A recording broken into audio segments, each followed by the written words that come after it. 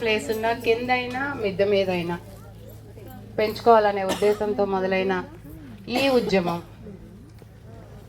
దినదినాభివృద్ధి చెందుతూ 70,000 దాటుతూ అన్ని ఊర్లలో సమూహాలుగా ఏర్పడుతూ ఒక ఆరోగ్యకరమైన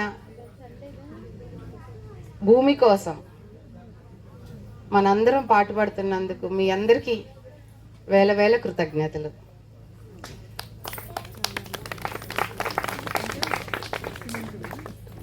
ఈనాడు సమాజం ఎన్నో రకాలుగా విడిపోతాం. ఎన్నో రకమైన అనారోగ్యకరమైన పోటీలు, అనారోగ్యకరమైన అలవాట్లతో ముందుకెళ్తున్న ఈ క్రమంలో ఇంతమంది స్త్రీలు, పురుషులు, పిల్లలు ఏకమై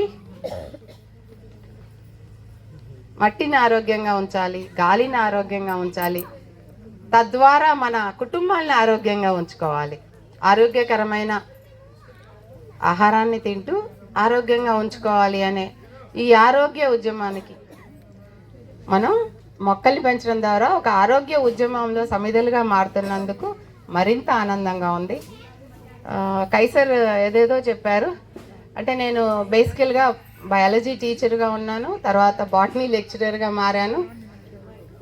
నా ఈ కెరీర్ స్పెషల్ టీచర్గా స్టార్ట్ అయింది 89లో. నేను టీచర్ అయ్యాను, గవర్నమెంట్ టీచర్.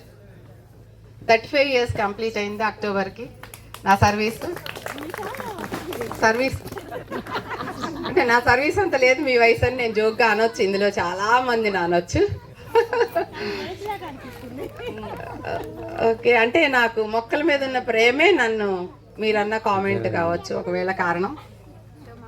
నాకు బుక్కులు, మొక్కలు, పిల్లలు ఈ మూడు చాలా ఇష్టమైనవి. అందుకే నేను టీచర్ అయ్యాను. నాకు పిల్లలంటే ఇష్టం కాబట్టి, బుక్కులంటే ఇష్టం కాబట్టి పుస్తక ప్రేమికురాల్ని కూడా.